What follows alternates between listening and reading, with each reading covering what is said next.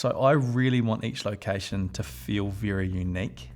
So when you walk into an O Studio in Rolleston, or you walk into an O Studio in Wanaka, or you walk into an O Studio in Wellington, I want them to feel like an O Studio, but ultimately there's two other things that I really want them to feel like too. I want them to feel like they belong in the area, and I also want them to have a little bit of a personality of the owner themselves.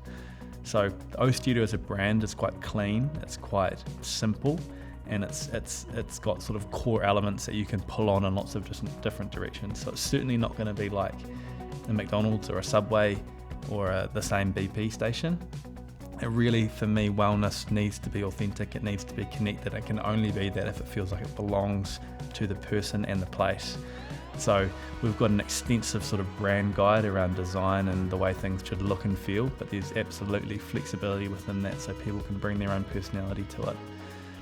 When it comes to the types of offerings in there, there's less flexibility. So we know what works, we know what's landed, and we're constantly doing testing on the types of messages, the types of service, the types of offerings that work to make sure that your business model is working as effectively as it can. So for any evolution over time, which there will be in any franchise, it's learning and trying to see how we can evolve and stay ahead of things.